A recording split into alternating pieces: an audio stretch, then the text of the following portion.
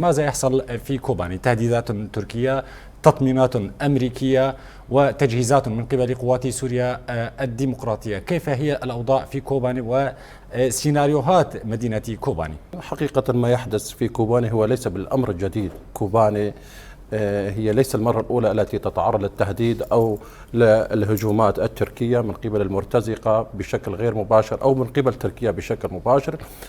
خلال هذه السنوات دائما كانت هناك تهديدات موجودة، الهجمات دائما كانت موجودة، ومن خلال هذه السنوات القوات سوريا الديمقراطية وقبلها قوات وحدات حماية الشعب إلى آخره تدربت وتعلمت جيدا آلية التعامل مع هذه التهديدات، ولكن ربما في المرحلة الأخيرة تأخذ منحى آخر خلال مثل ما تفضلت بعد سقوط النظام السوري بشار الأسد.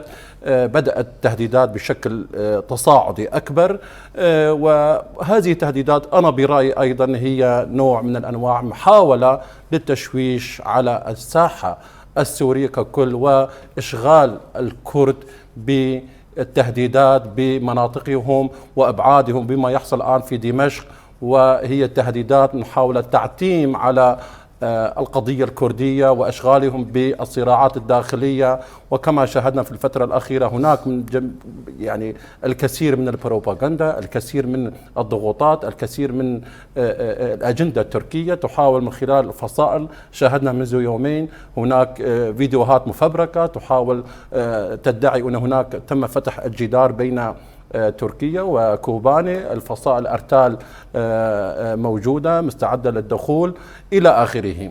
يعني هذه بشكل عام نحن معتادون على هذه السياسة التي تقوم بها تركيا.